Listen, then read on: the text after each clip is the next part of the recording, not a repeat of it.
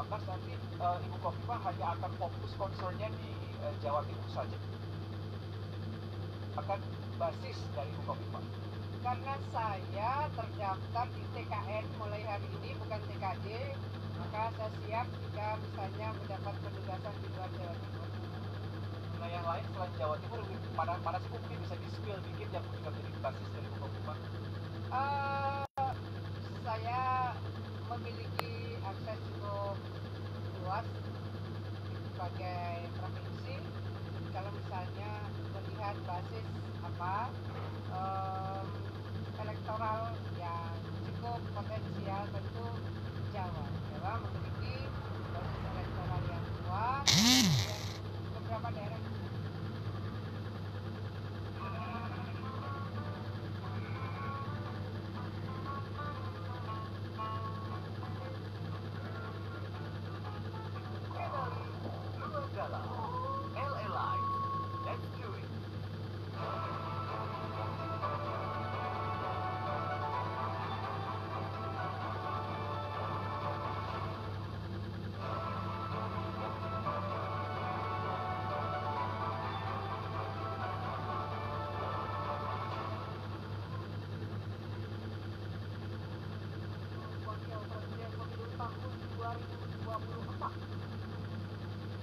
Segmen kedua ini, calon wakil presiden akan menjawab pertanyaan yang telah disusun oleh tim Panek. Selain menjawab pertanyaan, masing-masing calon wakil presiden juga akan diberikan kesempatan untuk saling menanggapi dan saling memberikan respon. Untuk itu, kami undang kembali ketiga calon wakil presiden untuk menuju ke podium masing-masing.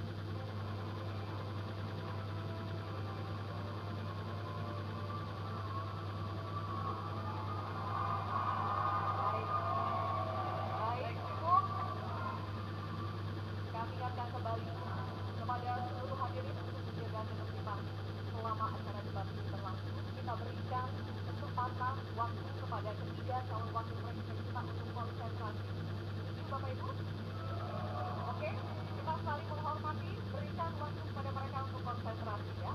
Dan kami juga ingatkan kepada ketiga calon wakil presiden, kami informasikan untuk segmen kedua dan sampai segmen terakhir, segmen 6 sampai selesai.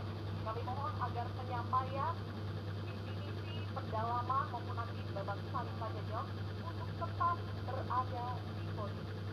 Kami informasikan sekali lagi kepada ketiga calon wakil presiden agar dalam penyampaiannya tetap berada di podium. Terima kasih. Baik, hadirin sekalian, di segmen kedua ini pendalaman visi misi dan program kerja akan dimulai dengan nomor 2 Bapak Ikan Bapak Masyarakat. Itu kami silakan panelis Bapak Profesor Dr. Ibnu Akar Saleh mengambil pertanyaan tema di dalam wadah dan mohon diperlihatkan Bapak kepada seluruh hadirin dan juga kepada kami moderator.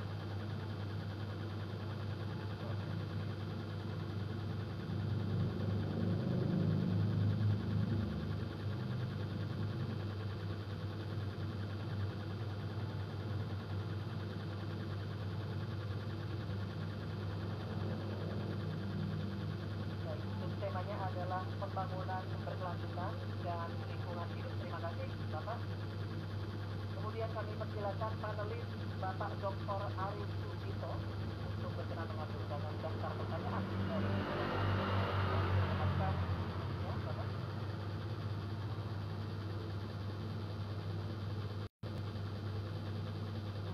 Bapak. Baik. Kami akan buka amplop pertanyaannya, ambil segel Bapak-Bapak, dan kami ingatkan juga bahwa kami akan membacakan pertanyaan ini satu kali. Mohon didengarkan dengan bersama. Ini pertanyaan untuk calon wakil presiden nomor 2 Bapak Gibran Raka.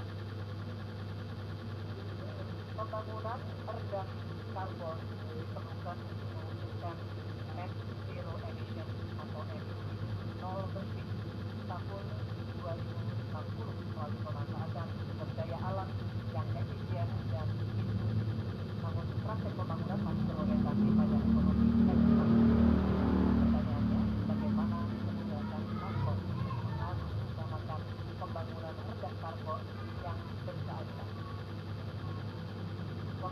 waktu 2 menit, Bapak, mulai saat Bapak berbicara. Silakan. Baik, terima kasih.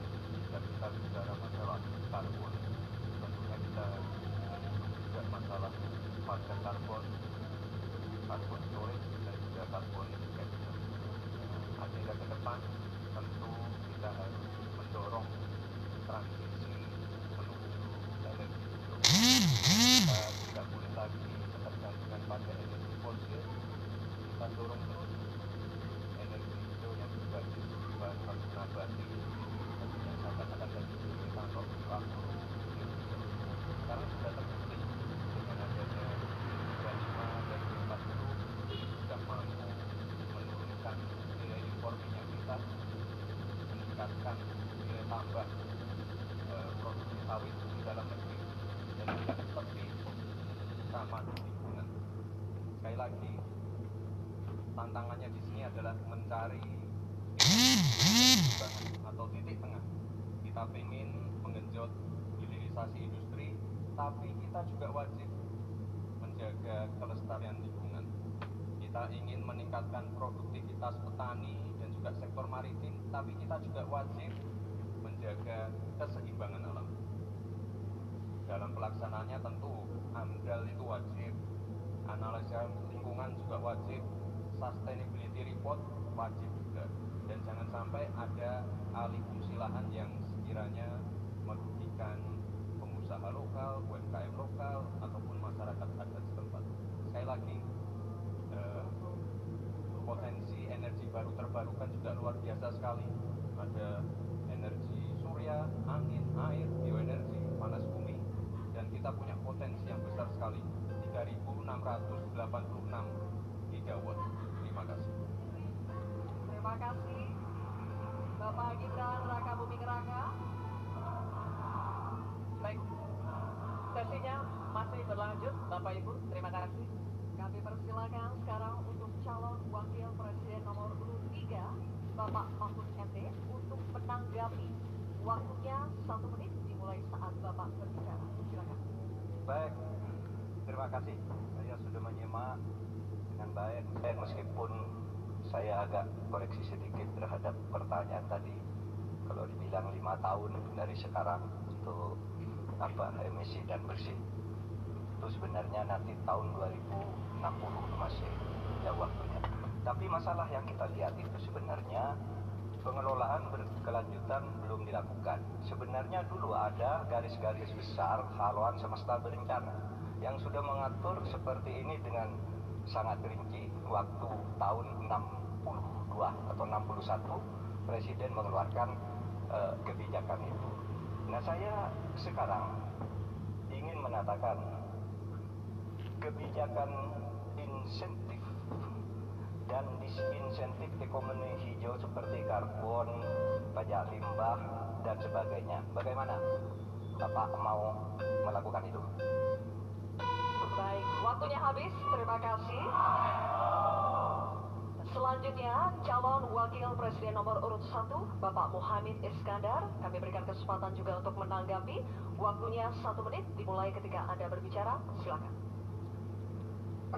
Iya, memang pajak karbon ini salah satu, bukan satu-satunya. Yang paling penting adalah dipersiapkan transisi energi baru dan terbarukan. Sayangnya, komitmen pemerintah hari ini tidak serius. Target energi baru dan terbarukan yang mestinya kita harus punya target 2025 berkurang dari 23 justru diturunkan menjadi 17%. Penundaan implementasi pajak karbon dilakukan oleh pemerintah hari ini. Dari tahun 2002 dimundur menjadi tahun 2025. Apanya yang mau dilanjutkan? Karena itu secara tegas harus dilakukan. Implementasi pajak karbon dilakukan secepat-cepatnya, sekaligus transisi energi baru terbarukan dijalankan. Baik, waktunya masih ada Bapak untuk lanjut. Baik, terima kasih Bapak Muhammad Iskandar atas jawabannya atau tanggapannya. Selanjutnya, kami persilakan calon wakil presiden nomor urut 2 Bapak Gibran Raka Buming Raka untuk merespons tanggapan dari calon wakil presiden nomor urut 3 dan calon wakil presiden nomor urut 1. Waktunya 1 menit dimulai saat Bapak berbicara, silakan. Terima kasih Prof. Mahfud dan Gus Muhaimin.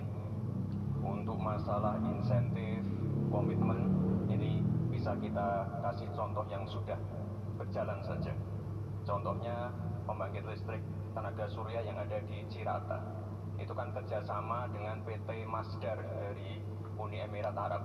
Ini kan juga ada insentifnya, Prof. Ada tax holiday, tax allowance, ada pembebasan biaya modal juga, sehingga akan mendorong perusahaan-perusahaan untuk berinvestasi di bidang transisi energi hijau. Transisi menuju energi hijau ini memang tidak murah, sangat costly, karena beberapa perusahaan memang belum bisa mencapai ekonomi sosial. Tapi yang jelas adalah komitmen kita pasti akan meningkatkan bauran listrik PLN yang sekarang cuma 20%, ini harus ditingkatkan lagi ke depan. Terima kasih. Baik. Terima kasih Bapak Gibran. Oke, baik, kita selanjutnya akan beralih ke pertanyaan kedua untuk calon wakil presiden nomor urut 3, Bapak Mahfud MD. Kami akan persilakan kali ini panelis Bapak Profesor Dr. Arif Satria untuk mengambil pertanyaan subtema di dalam wadah. Silakan Bapak. Mohon diperlihatkan kepada seluruh hadirin dan juga moderator.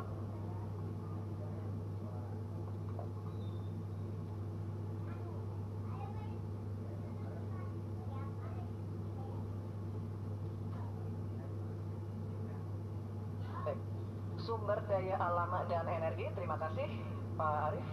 Dan selanjutnya Ibu Dewi Kartika, kami mohon mengambil undian daftar pertanyaan dari wadah. Mohon nanti diperlihatkan huruf yang tertera.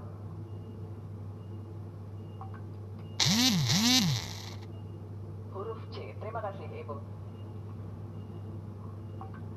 Baik, kami akan buka Bapak-Bapak amplop pertanyaannya, masih tersegel juga. Kami ingatkan kembali bahwa kami akan membacakan pertanyaan ini 1 kali.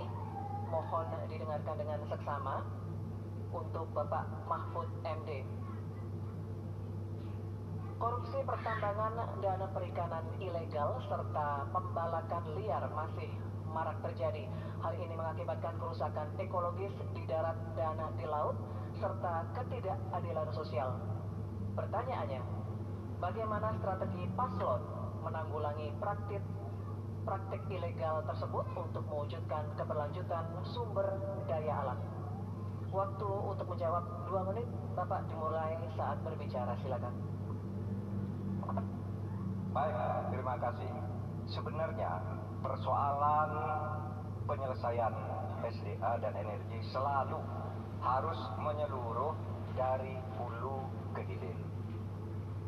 Keterbukaan informasi agraria, termasuk kehutanan misalnya. Saya ini punya pengalaman di dalam sidang-sidang yang membicarakan tentang ini, misalnya informasinya tertutup. Siapa yang punya lahan ilegal di sebelah sana?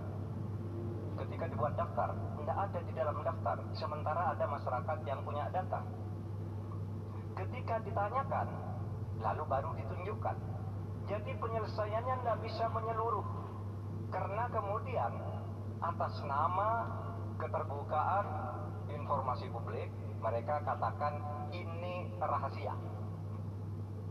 Nggak bisa dong, rahasia itu kan bukan yang tentang data perampasan tanah-tanah rakyat, kasus-kasusnya di mana, siapa yang menyerobot perkebunan sawit, itu kan harus daftarnya lengkap.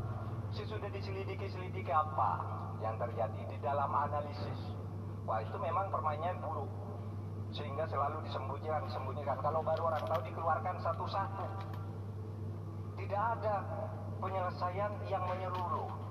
Oleh sebab itu, ini menjadi penting bagi kita keterbukaan informasi tentang data-data. Kalau kita mau menyelesaikan, data itu menjadi basis untuk penyelesaian.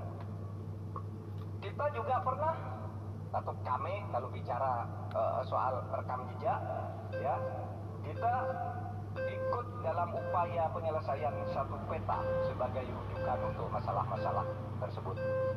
Demikian. Baik, terima kasih Bapak Mahfud MD. Selanjutnya Selanjutnya kami persilakan calon wakil presiden nomor urut 1 Bapak Muhaimin Iskandar untuk menanggapi. Waktu Bapak 1 menit dimulai ketika Bapak berbicara. Silakan. Selain yang disampaikan Pak Mahfud, salah satu yang memprihatinkan adalah data ESDM. Itu ada 2.500 tambang ilegal. Sementara tambang yang legal saja tidak membawa kesejahteraan. Dan kita menyaksikan dalam proses penambangan dan bisnis tambang kita, hilirisasi dilakukan ugal-ugalan, merusak lingkungan, ada kecelakaan, tenaga asing mendominasi. Di sisi yang lain juga perkembangan hilirisasi maupun tambang tidak signifikan dengan kesejahteraan masyarakat sekitar. Sulawesi Tengah pertumbuhan ekonominya sampai sekarang bisa 13%, tinggi sekali, tapi rakyatnya tetap miskin dan tidak bisa menikmati. Hilirisasi apa yang mau kita lakukan sementara ilegal juga terus berlangsung. Lanjut, demikian, terima kasih. Baik.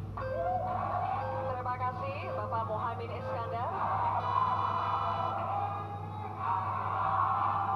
Selanjutnya, giliran calon wakil presiden nomor urut 2 Bapak Gibran Rakabuming Raka. Kami berikan kesempatan juga untuk menanggapi. Waktunya 1 menit dimulai ketika Anda berbicara. Silakan.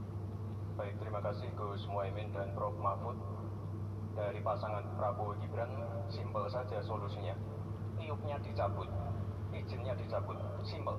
Karena sesuai Undang-Undang Dasar 1945 pasal 33 ayat 3 dan 4 dan juga Pancasila sila 4 dan 5, kita ingin sumber daya alam ini dimanfaatkan sebesar-besarnya untuk kemakmuran rakyat.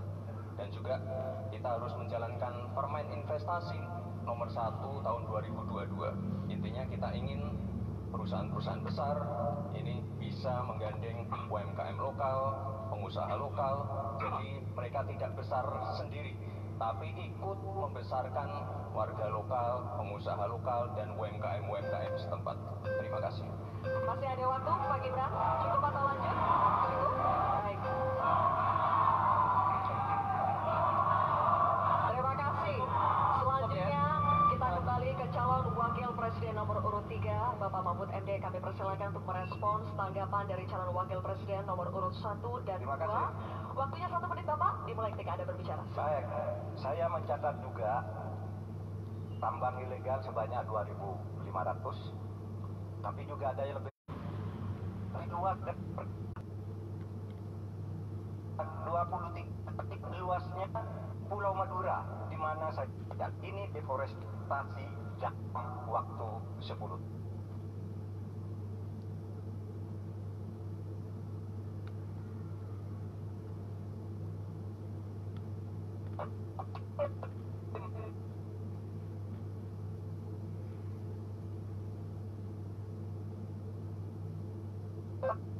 Itu pertama, itu banyak sekali yang ilegal dan itu di-backing oleh aparat-aparat dan pejabat. Itu masalahnya. Baik, terima kasih Bapak. Pak Mahfud, terima kasih.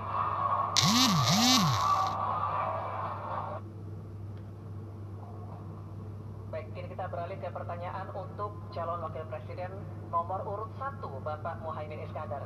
Kami akan persilakan panelis Bapak Fadli Tumiwa untuk mengambil subtema di dalam wadah. Silakan Pak, mohon diperlihatkan kepada hadirin dan juga moderator.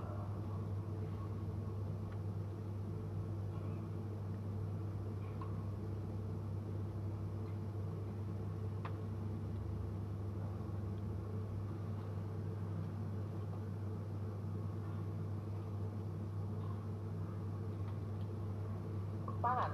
Baik, terima kasih Bapak. Dan kami persilakan pula panelis Profesor Dr. Insinyur Haryadi Karto Diharjo untuk mengambil undian daftar pertanyaan dari wadah. Mohon diperlihatkan huruf yang tertera.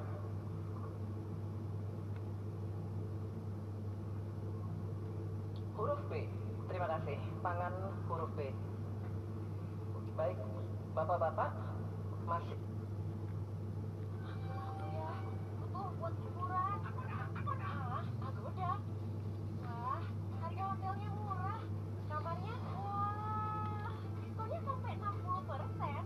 Liburan tanpa bongkar tabungan, booking di Agoda.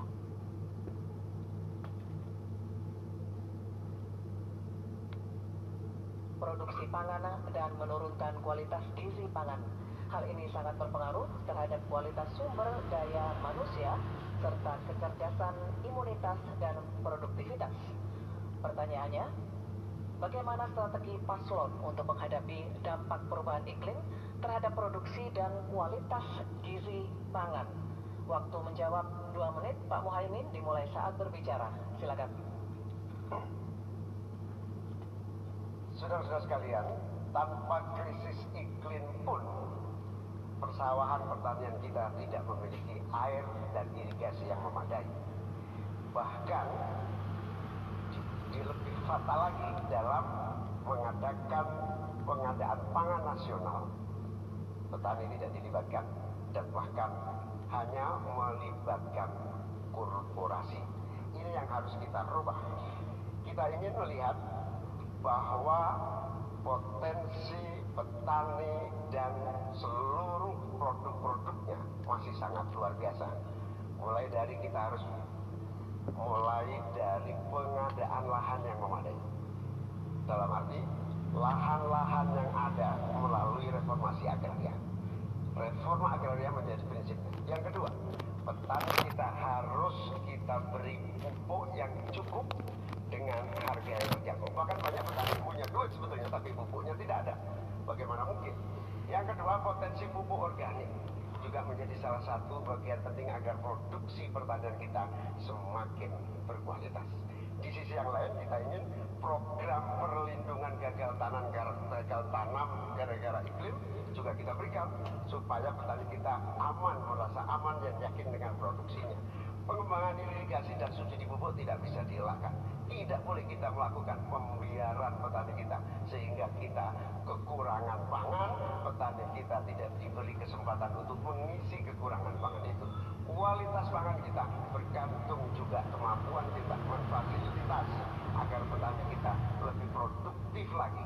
Dengan cara ini, desa-desa kita libatkan untuk menjadi bagian dari satu kesatuan pengadaan pangan yang berkualitas, sekaligus kita hentikan untuk ketergantungan dari pangan di luar produksi kita sendiri. Baik, terima kasih. Selanjutnya, kami persilakan calon wakil presiden nomor urut 2, Bapak Gibran Rakabuming Raka untuk menanggapi. Waktu Bapak 1 menit dimulai ketika Anda berbicara. Silakan. Baik, terima kasih. Enak banget ya Gus ya, jawabnya sambil baca catatan tadi. Kuncinya di sini adalah ekstensifikasi dan intensifikasi lahan. Kemarin tahun lalu kita sudah bangun pabrik pupuk di Fak-Fak. Kuncinya untuk meningkatkan produktivitas, ya kita harus genjot kawasan industri pupuk. Kita dekatkan pupuknya dengan lahan-lahan pertaniannya. Kuncinya pupuk, dan pupuk harus didekatkan dengan lahan-lahan pertanian. Otomatis produktivitas akan meningkat. Dan jangan lupa mekanisasi. Kita ingin meningkatkan produktivitas para petani, pakai RMU, pakai combine harvester, dan juga kita melibatkan generasi muda melalui smart farming, pakai IoT untuk melihat pH tanah, keasaman tanah, kesuburan tanah, dan juga penggunaan drone untuk penyemprotan pestisida. Terima kasih. Baik, terima kasih.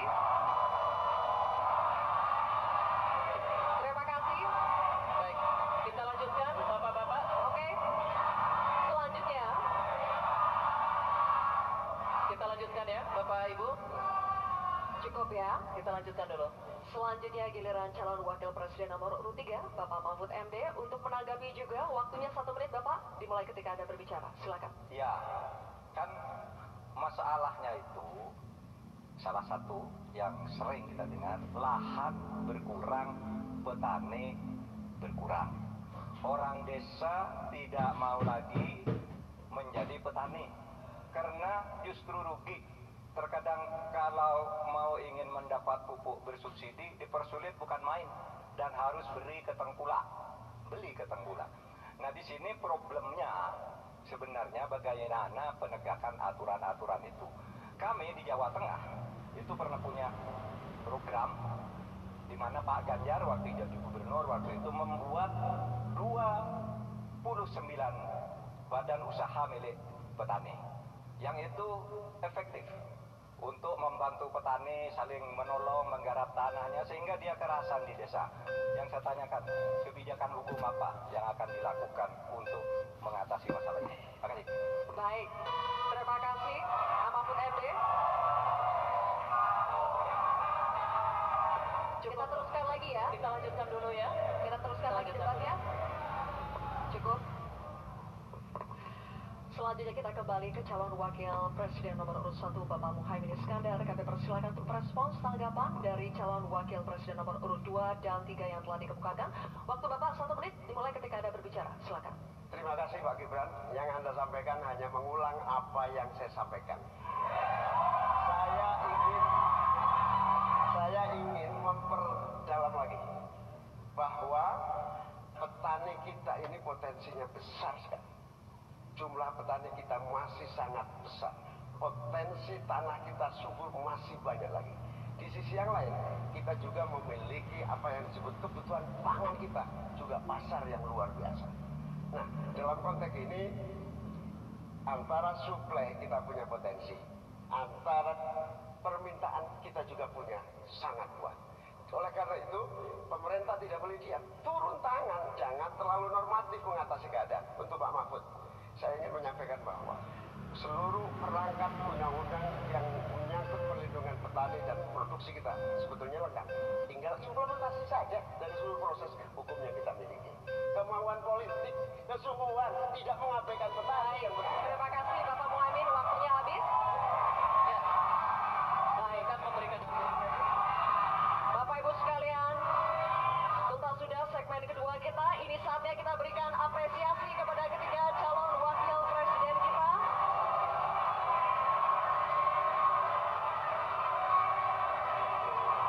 Kita akan jeda sejenak dan kembali lagi dengan segmen pendalaman visi misi dan program kerja dengan subtema lainnya. Baik, berbagai gagasan akan kembali disampaikan oleh ketiga calon wakil presiden kita. Karena itu tetaplah bersama kami di debat keempat calon wakil presiden pemilu tahun 2024.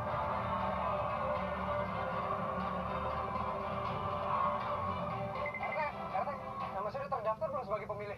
Cek dulu, dicek dpt.online.kpu.go.id. Caranya, masukin NIK kamu. Kalau belum terdaftar, datang ke panitia penyelenggara pemilu, baik di tingkat kelurahan PPS, kecamatan, PPK maupun kabupaten atau kota. Bawa KTP dan KK. Buat WNI di luar negeri yang datanya belum terdaftar, lapor ke panitia pemilihan luar negeri PPLN setempat. Ayo, datang ke TPS 14 Februari 2024. Gunakan hak pilihmu.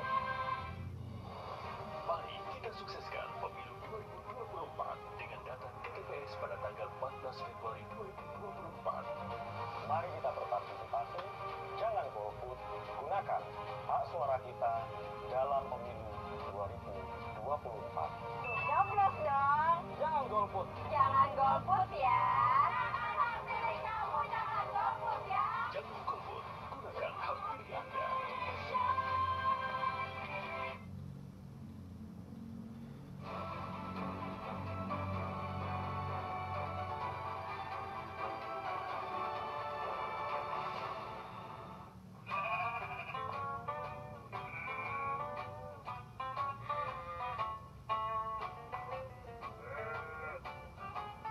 Kenali luar dalam. LA Live. Let's do it.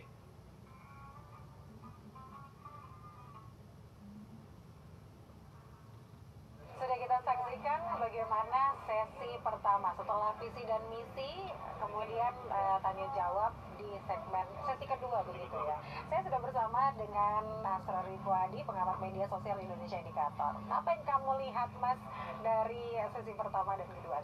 Ya, menarik ya, karena sejak segmen pertama dari saat penyampaian visi misi kita melihat Caimin tampil lebih baik dibanding debat sebelumnya, di mana juga kemudian sudah mulai menyerang gitu ya, menyinggung soal penguasaan lahan, kemudian secara berulang mengulangi soal etika, walaupun ditarik ke belakang soal etika lingkungan, kemudian juga soal mengulang soal misalnya bagaimana kepemilikan lahan itu sebagai kemudian pemerintahan yang ugal-ugalan gitu, hilirisasi yang ugal-ugalan. Nah ini kan jelas bahwa posisi Caimin di sejak pertama itu mencoba melakukan serangan terhadap Mas Gibran, walaupun tadi kita lihat Mas Gibran Gibran kemudian langsung memberi hook juga gitu ya.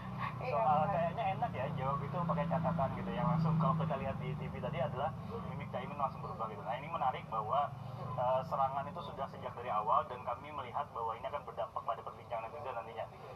Nah kalau kita lihat dari real time sekarang ini memang posisi Mbak di Pak Mahfud masih memiliki sentimen positif tertinggi. Kemudian kalau di Gibran ada 45,3% positif, kemudian di Caimin atau Muhammad Iskandar ada 52,6%. Nah ini memang menunjukkan masih porsi juga secara komposisi perbincangan itu selisihnya antara sekian ratus ribu gitu ya. Caimin lebih banyak dibincangkan dengan 5,3 ribu, kemudian diikuti Gibran 4,2 dan kemudian Pak Mahfud 4,8 ribu gitu. Nah tapi ada yang menarik, ini di mana sentimen trust di Gibran dan Mahfud itu cukup tinggi, tapi di Caimin ini ada 47,6% itu emosinya adalah emosi anticipation. Nah ini memang coba dijelaskan Mas, ya, jadi emosi antisipasi itu seperti apa? ya ini karena tadi yang saya sampaikan di depan, karena Caimin itu mencoba memberikan satu narasi bahwa ada ketidakadilan yang dilakukan oleh pemerintah saat ini. Misalnya dari segi kepemilikan lahan yang dianggap Caimin itu tidak sesuai porsi, tidak adil, kemudian tadi menyinggung soal hilirisasi yang ugal-ugalan gitu. Itu yang Ugal-ugalan bahkan disebutkan beberapa kali. iya, gitu ya? beberapa kali. Nah ini yang memunculkan kemudian emotional anticipation di dalam perbincangan terhadap Muhaimin gitu. Oke, kemudian kalau dari paslon nomor urut 2 ini Gibran ya, Raka Buming Raka ini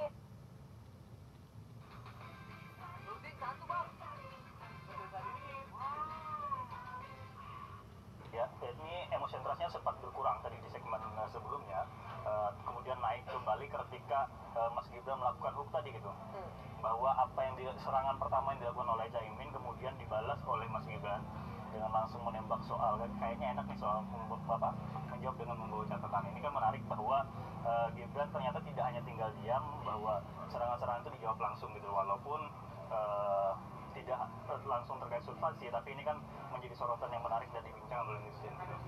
Oke, nah ini yang tidak berubah adalah respon positif, kemudian Ya.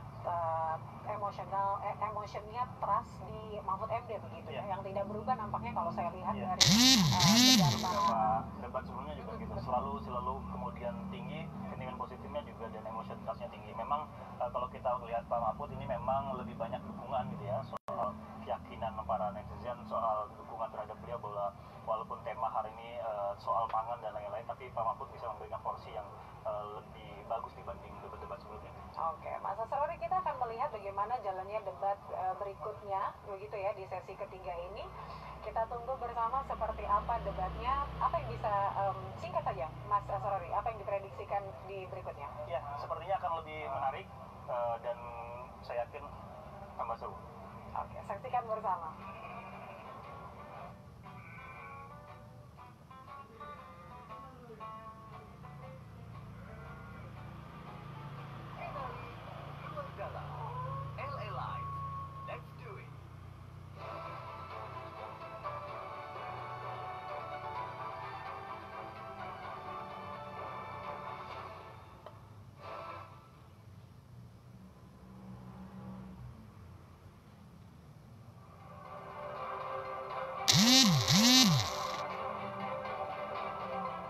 Terima kasih Anda masih menyaksikan debat keempat calon wakil presiden pemilu tahun 2024. Dan di segmen ketiga ini kami akan kembali dengan pendalaman visi, misi dan juga program kerja dari para calon wakil presiden kita dengan memberikan pertanyaan yang telah dibuat oleh para panelis. Dan kami ingatkan kembali kepada seluruh hadirin untuk mematuhi tata tertib yang telah menjadi komitmen kita bersama. Kini kami undang ketiga calon wakil presiden untuk menuju ke podium. Silakan Bapak-bapak.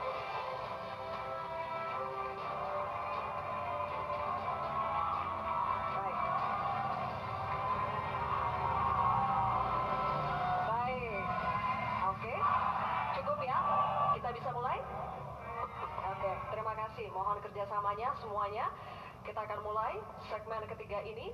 Kami informasikan sekali lagi kepada ketiga calon wakil presiden dalam penyampaiannya untuk tetap berada di podium. Terima kasih. segmen ketiga ini, pertanyaan dimulai untuk calon wakil presiden nomor urut 3, Bapak Mahfud MD.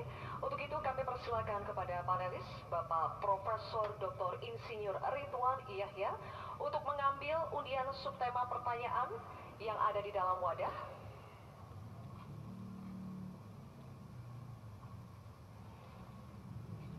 Mohon perlihatkan kepada hadirin dan juga kepada kami.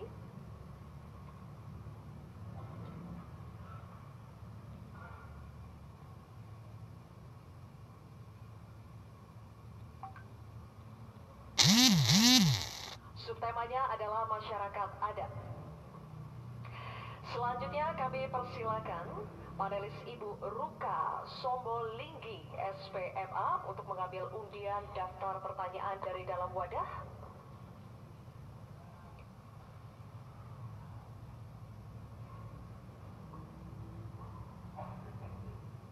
Diperlihatkan kepada hadirin dan kami.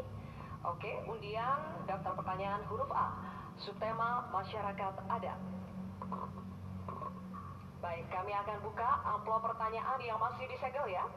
Bapak Ibu, kami ingatkan sekali lagi kepada calon wakil presiden untuk menyimak dengan seksama karena pertanyaan hanya akan kami bacakan satu kali.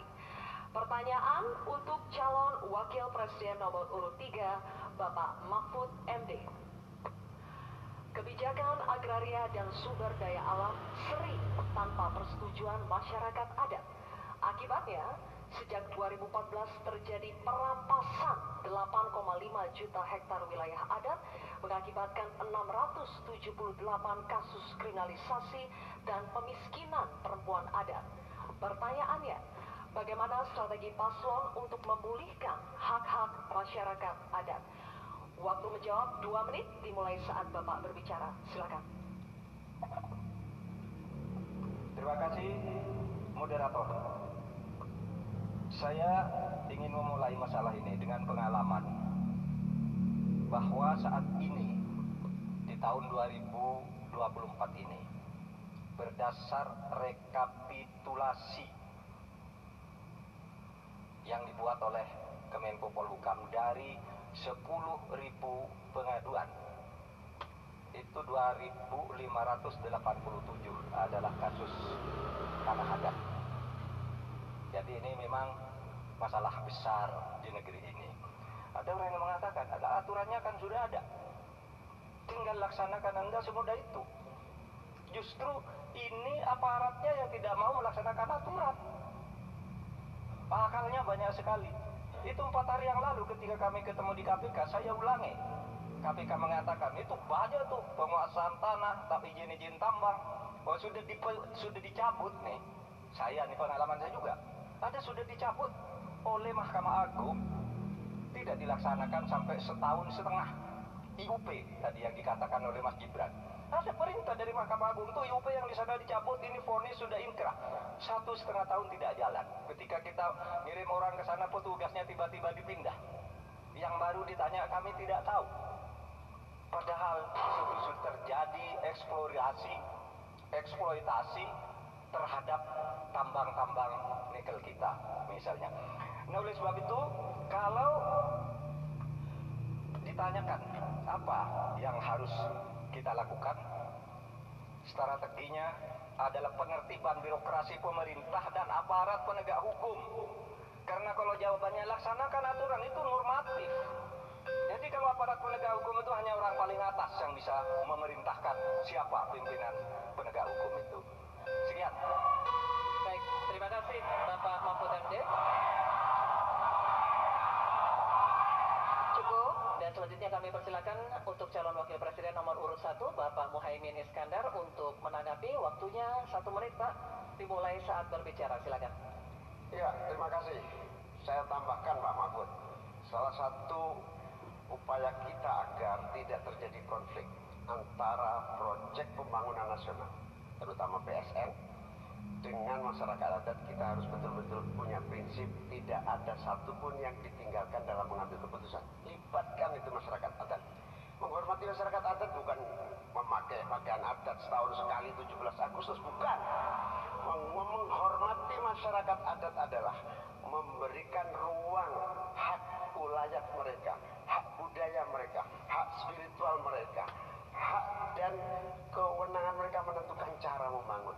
cara penghormatan itu saya kira Pak Mahfud, apa yang saya sampaikan tadi bisa berjalan dengan lancar, problem-problem bisa diatasi dengan baik. Karena itu dalam catatan saya, tempat saya catat supaya tidak salah, karena ini bagian dari agar kita tidak salah jalan di dalam melaksanakan pembangunan kita. Baik, Pak Muhaimin, terima kasih. Dan selanjutnya, tenang ya, kami akan persilakan calon wakil presiden nomor urut 2, Bapak Gibran Raka Buming Raka untuk menanggapi. Waktunya sama 1 menit dimulai saat berbicara. Silakan. Baik, terima kasih Prof. Mahfud. Sebagai seorang ahli hukum, Prof. Mahfud pasti paham bahwa RUU Masyarakat Hukum Adat ini masih kita usahakan untuk didorong. Sekarang juga sudah ada Perpres 28 tahun 2023. Ini sudah ada 1,5 juta hektar hutan adat yang sudah diakui.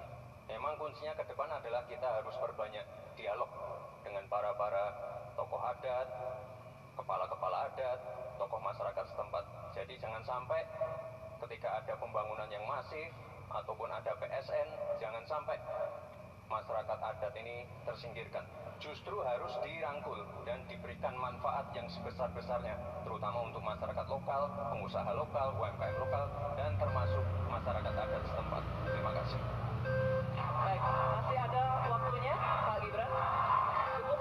Oke, baik, terima kasih. Nanti ada waktunya Bapak Ibu. Kita lanjut dulu ya. Kita lanjut dulu, Bisa kita Bapak-Bapak. lanjutkan? Cukup Oke, ya. terima kasih ya. Kita lanjut Terima dulu. kasih. Kita akan kembali dulu ke Pak Mahfud MD, calon wakil presiden nomor urut 3 untuk merespon tanggapan dari calon wakil presiden nomor urut 1 dan 2 yang telah dikemukakan. Waktunya 1 menit, Pak Mahfud. Ya, Silakan. Pak Muhaimin, di meja saya itu ada tumbler. Tulisannya no one left behind. Jangan ada satupun yang tertinggal. Dan itu yang saya lakukan. Kalau Bapak tadi katakan jangan ada yang tertinggal dong. Semua dilibat. Itu yang tadi saya putuskan ketika saya membatalkan 14 pasal Undang-Undang Wilayah Pesisir, justru karena di situ masyarakat adat tidak pernah dilibatkan. Sehingga mereka coba, sekarang ini masyarakat adat yang ada di hutan-hutan di Kalimantan Timur itu 20.000 orang tidak bisa memilih karena tidak punya KTP. Kenapa tidak punya KTP? Karena katanya dia menghuni hutan negara. Jadi kalau hutan negara tidak boleh ada penduduk di situ, padahal dia sudah puluhan tahun di situ. Nah, tentang RUU Hukum Masyarakat Hukum Adat, AKA sudah masuk di dalam program kami, divisi kami. Memang itu sesudah sejak 2014 tidak jalan, akan kita jalankan. Terima kasih. Baik, Pak Mahfud, terima kasih. Oke, Cukup. Selanjutnya kita beralih ke pertanyaan untuk calon wakil presiden nomor urut 1, Bapak Muhaimin Iskandar. Untuk itu kami persilakan kepada panelis Bapak Profesor Sudarto PhD PhD untuk mengambil undian subtema pertanyaan dari dalam wadah.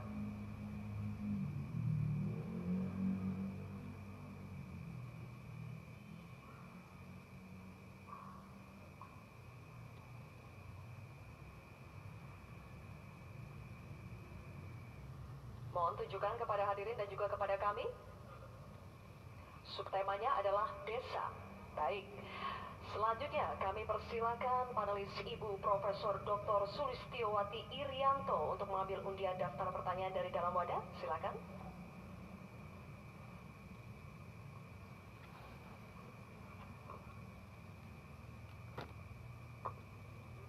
Mohon ditunjukkan ke hadirin dan kepada kami. Huruf A. Baik, subtema desa huruf A. Amplopnya masih dalam keadaan tersegel, Bapak.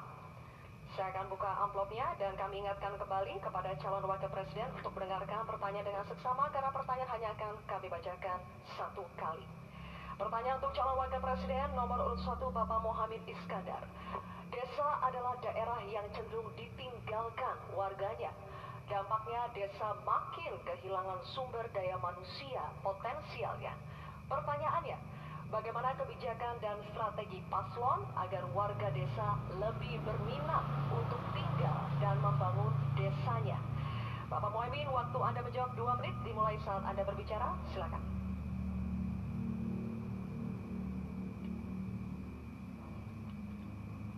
Terima kasih. saya catat sedikit. Yang penting ini bukan catatan Mahkamah Konstitusi.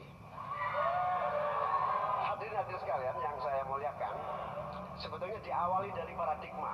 Paradigma pembangunan kita itu apa? Dulu kita gagal zaman Orde Baru karena kita membangun dari atas. Dengan pembangunan desa, kita membangun dari bawah.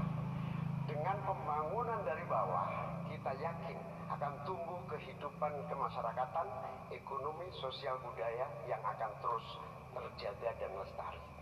Oleh karena itu, sejak kita mengawali undang-undang pembangunan desa yang diikuti dengan penerapan dana desa yang terus meningkat dari tahun ke tahun, akan terbangun infrastruktur dan transformasi desa dari desa tertinggal menjadi desa maju dan mandiri.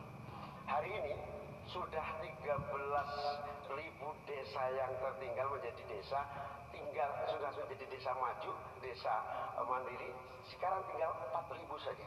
Ini bukti bahwa infrastruktur kita berjalan baik, dana desa terlaksana dengan baik, sehingga masyarakat desa semakin kerasan.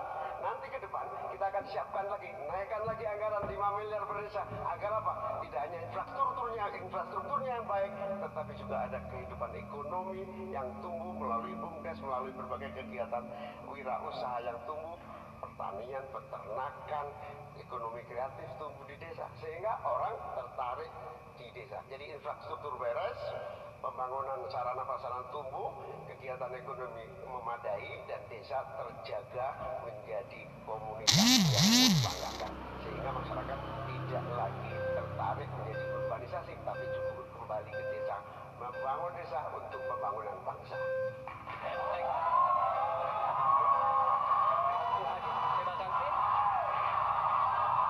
Nanti ada waktunya. Bapak Ibu, Kita lanjutkan Bapak Ibu. tenang ya. Kini kami akan persilakan calon wakil presiden nomor urut 2 Bapak Gibran Rakabuming Raka untuk menanggapi. 1 menit Bapak dimulai saat berbicara. Silakan. Nah gitu dong Gus, jangan terlalu tegang kayak waktu debat Cawapres pertama kemarin.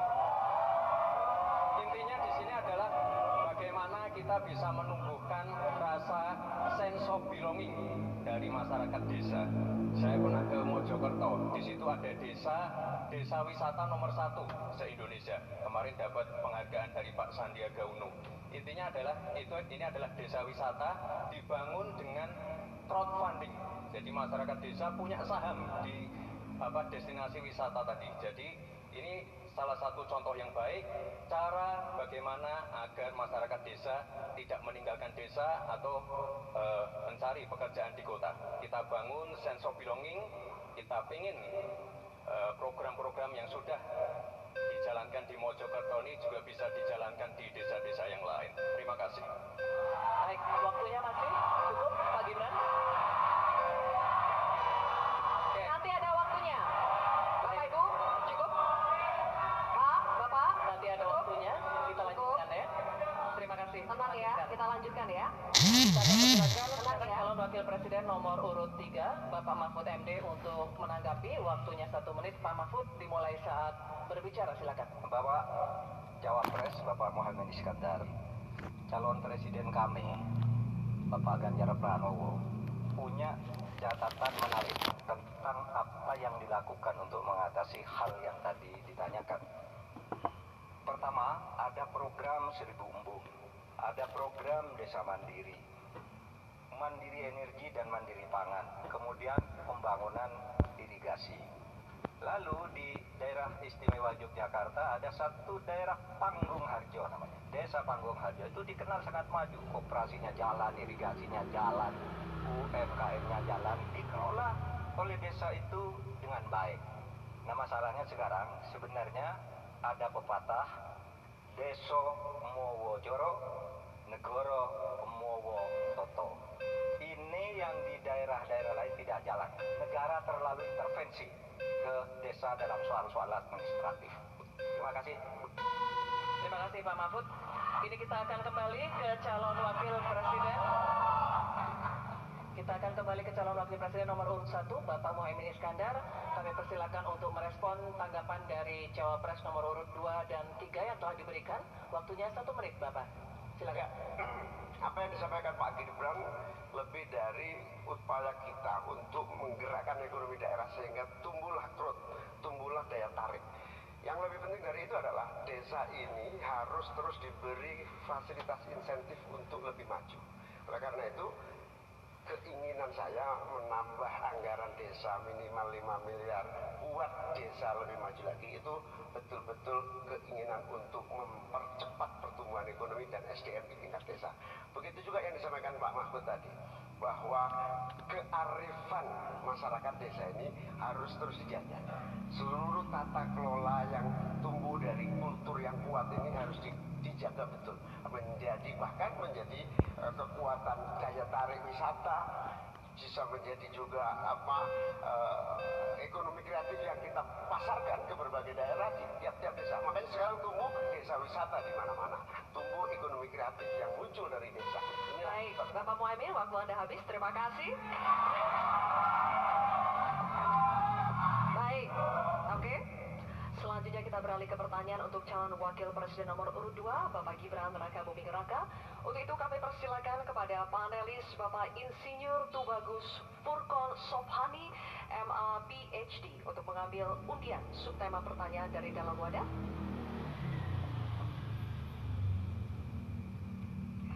Mohon diperlihatkan kepada hadirin dan juga kepada kami.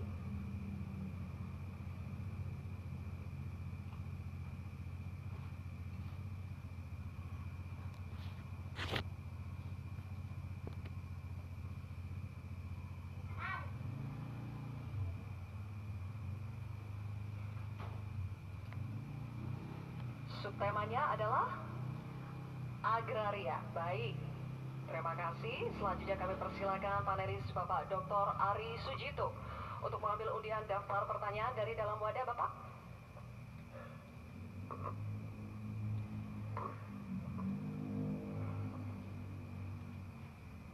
Mohon diperlihatkan kepada hadirin dan juga kepada kami. Huruf A. Oke. Subtema agraria, undian daftar pertanyaan huruf A. Masih tersegel amplop pertanyaannya. Kami ingatkan kembali bahwa pertanyaan hanya akan dibacakan sekali, oleh karena itu mohon disimak dengan seksama.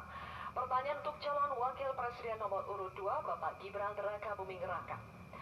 Undang-undang Pokok Agraria mengamanatkan reforma agraria bertujuan merombak ketimpangan penguasaan tanah, menyelesaikan konflik agraria, dan mengatasi kemiskinan. Namun, hingga saat ini reforma agraria belum berhasil diwujudkan. Pertanyaannya, bagaimana strategi paslon untuk mengembalikan tujuan reforma agraria sesuai amanat konstitusi? Waktu Bapak 2 menit dimulai ketika Anda berbicara. Silakan. Baik, terima kasih.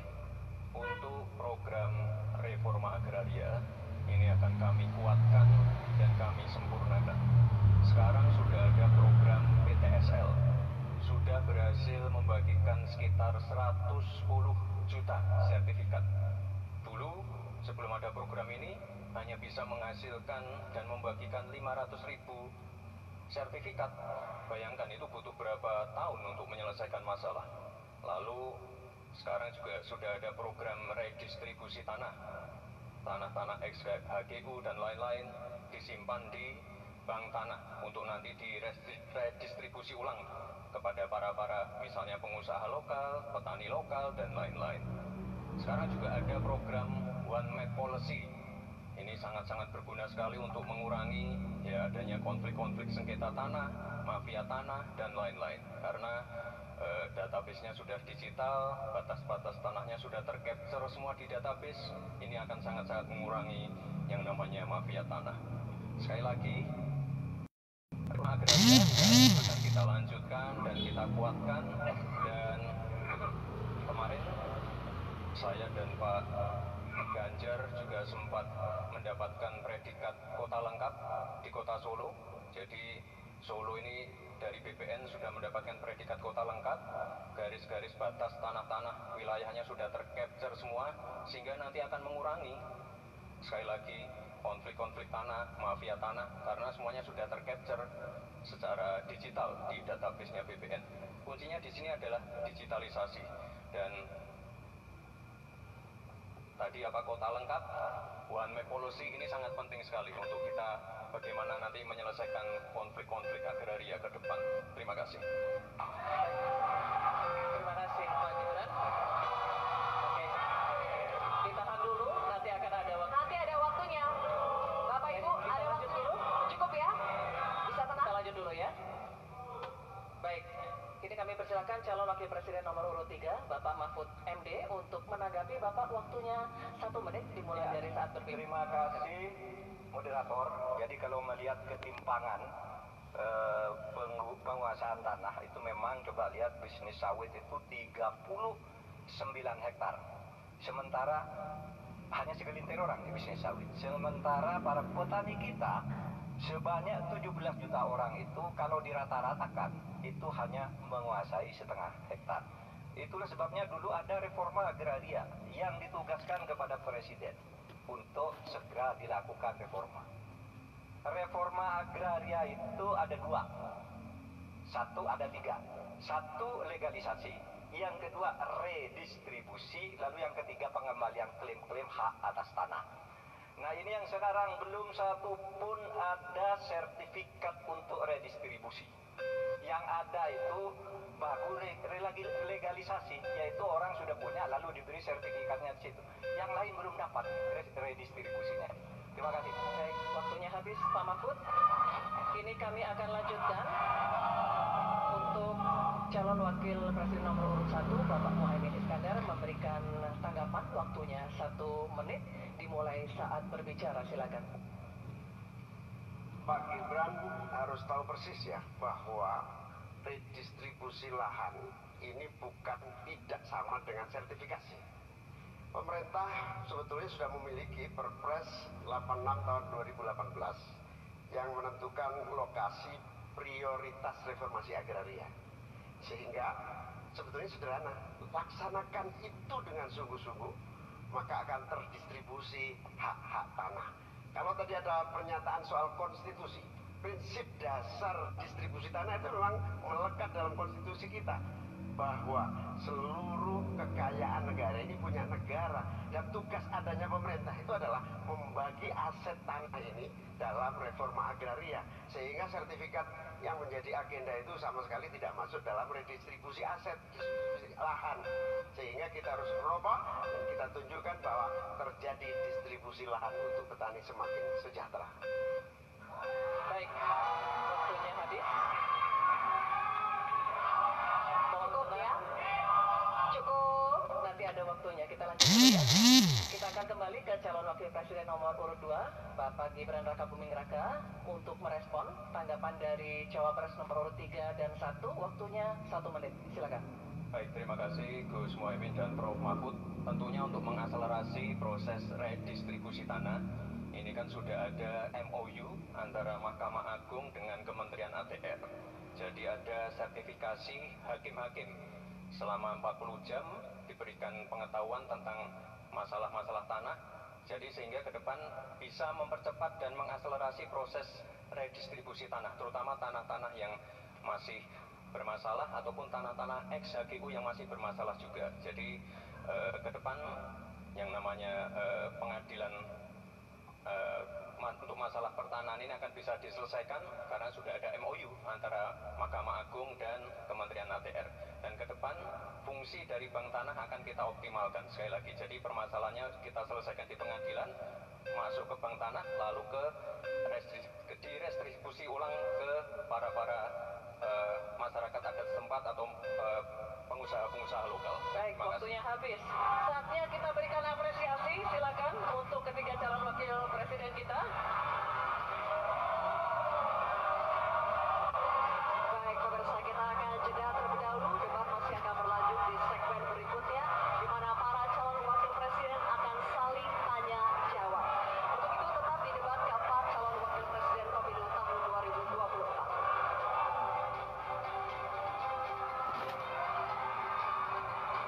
Perempuan memiliki hak dan peran yang sama dengan laki-laki untuk memilih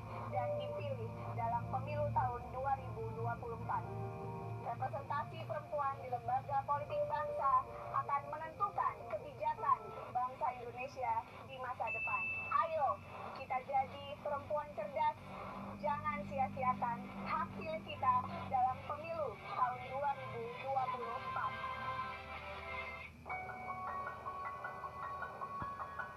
Semua manusia derajatnya sama di hadapan Sang Pencipta. Kami punya hak yang sama dengan kalian untuk menentukan masa depan bangsa. Fisik kami memang tak sempurna, namun kami punya cita-cita. Kami adalah warga negara Indonesia dan kami tak ingin suara kami sia-sia. Ingat, gunakan hak pilihmu dalam pemilu 14 Februari 2024.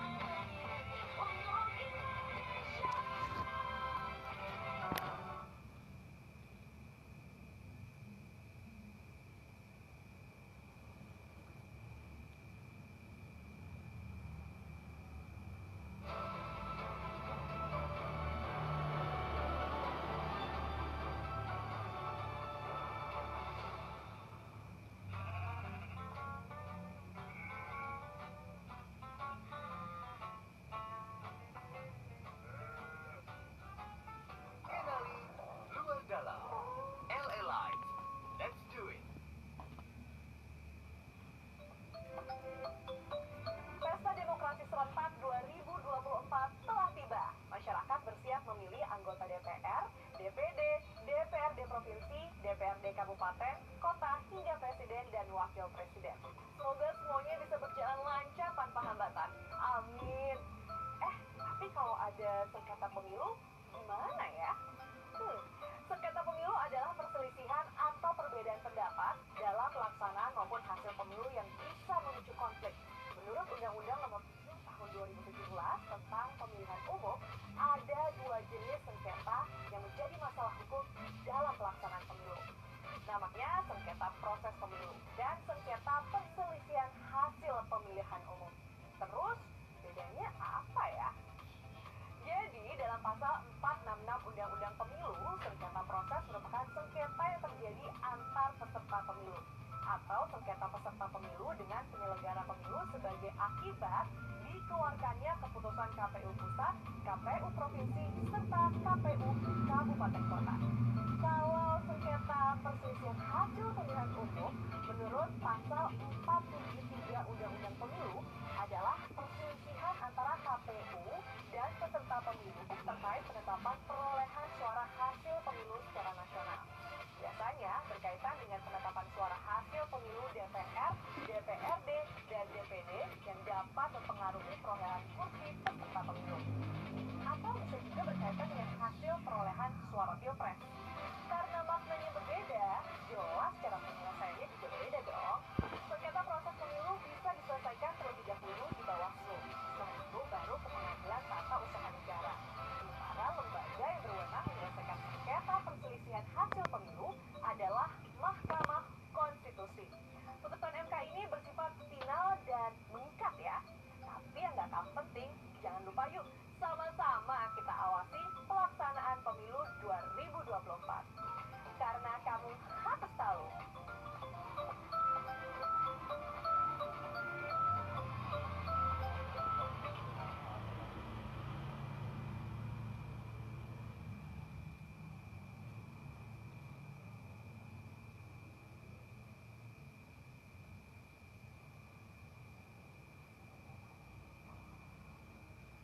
Ya, Yulida, saudara, ini kita sudah melihat bagaimana pemaparan visi misi yang disampaikan di segmen 1, kemudian bagaimana dari ketiga cawapres ini menjawab pertanyaan dan juga selalu menanggapi dari para panelis di segmen 2 dan 3. Kalau sedikit saya bebankan pada malam hari ini untuk segmen 1 tadi, ini beberapa visi yang saya catat dari Mahfud MD. Ini mengatakan bahwa ada 3 hal yang menentukan bangsa kita, yakni Tuhan, manusia, dan juga alam. Kemudian di cawapres nomor urut komitmen untuk melanjutkan hilirisasi tanpa merusak lingkungan dan juga berencana akan meningkatkan daya desa. Kemudian dari Muhammad Iskandar ini juga menyinggung soal kondisi panas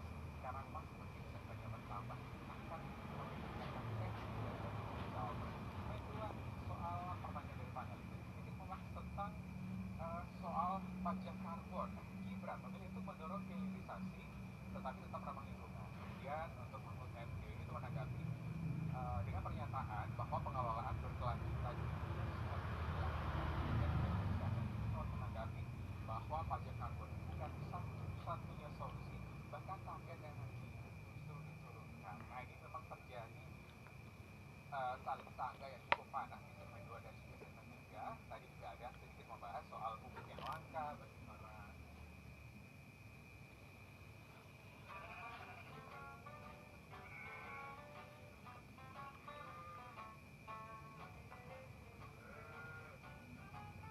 Kenali luar dalam. LA Live. Let's do it.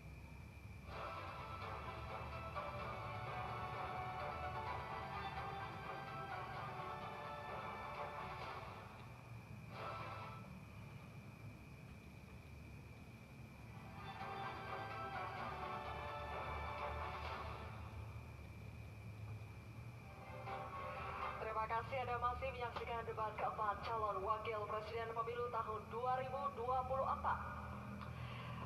Bapak Ibu sekalian, di segmen keempat ini, ketiga calon wakil presiden akan saling tanya jawab.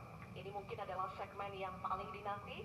Oleh karena itu kami ingatkan sekali lagi kepada seluruh hadirin yang ada di ruangan ini untuk berkomitmen dan bekerja sama, memberikan kesempatan yang sama kepada semua calon wakil presiden. Mohon untuk dihargai ketika para calon wakil presiden sedang saling tanya jawab. Sepakat Bapak Ibu semua? Terima kasih, mohon kerjasamanya sekali lagi. Dan untuk itu, kami undang kembali ketiga calon wakil presiden untuk kembali menuju ke podium masing-masing. Silakan.